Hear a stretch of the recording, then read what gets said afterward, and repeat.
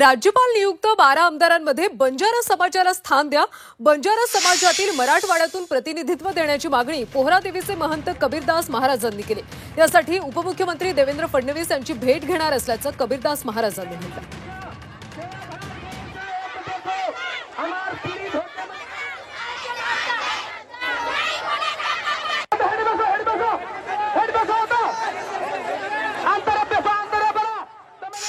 राज्यपाल नियुक्त विधान परिषदेच्या निवडणुकीमध्ये तमाम बंजारा समाजातर्फे शासनाला तथा शासनाच्या प्रमुख माननीय नामदार उपमुख्यमंत्री देवेंद्र फडणवीस साहेब यांना विनंती आहे की तमाम बंजारा समाजाची या भारतामध्ये तथा महाराष्ट्रामध्ये